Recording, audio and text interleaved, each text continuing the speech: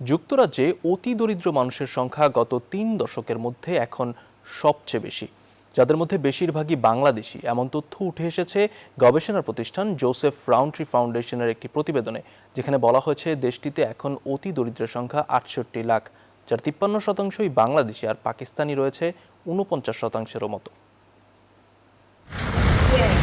বিশ্বের অন্যতম উন্নত দেশ যুক্তরাজ্যে উদ্বেগজনকভাবে বেড়েছে অতি দারিদ্র্য।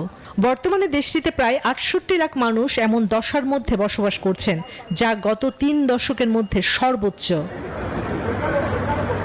২৭ জানুয়ারি দারিদ্র্য গবেষণার শীর্ষস্থানীয় সংস্থা জোসেফ রাউন্ট্রি ফাউন্ডেশন জিআরএফ তাদের এক প্রতিবেদনে এই তথ্য প্রকাশ করে। প্রতিবেদনে বলা হয়, ব্রিটেনে অতি দরিদ্র বলতে বোঝানো হয় সেসব পরিবারকে যাদের বাড়ি ভাড়া পরিশোধের পর হাতে থাকা আয় জাতীয় গড় আয়ের তুলনায় উল্লেখযোগ্যভাবে কম।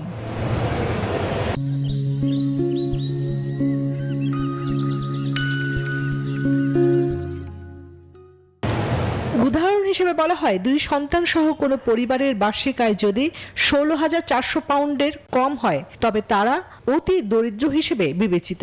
এই হিসাবে যুক্তরাজ্যে বসবাসরত অধিকাংশ বাংলাদেশি পরিবারের আয় জাতীয় গড় আয়ের প্রায় 40%-রও কম। প্রতিবেদনে আরও উঠে এসেছে, অতি দরিদ্রের হার সবচেয়ে বেশি বাংলাদেশি ও পাকিস্তানি কমিউনিটির মধ্যে। বাংলাদেশিদের মধ্যে এই হার 53% আর পাকিস্তানিদের মধ্যে 49%।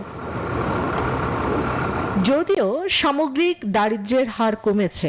1994-95 সালে যেখানে হার ছিল 24%, সেখানে 2023-24 সালে তা নেমে এসেছে 21%। তবে অতি দারিদ্র্যের হার বেড়েছে 8% থেকে 10% পৌঁছেছে।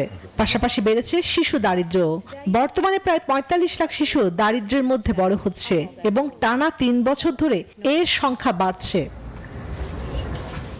দারিদ্র্য বিরোধী সংস্থা বিগ ইস্যুর প্রতিষ্ঠাতা জন বার্ট এই প্রতিবেদনকে সমাজের জন্য বড় দুঃসংবাদ বলে মন্তব্য করেছেন।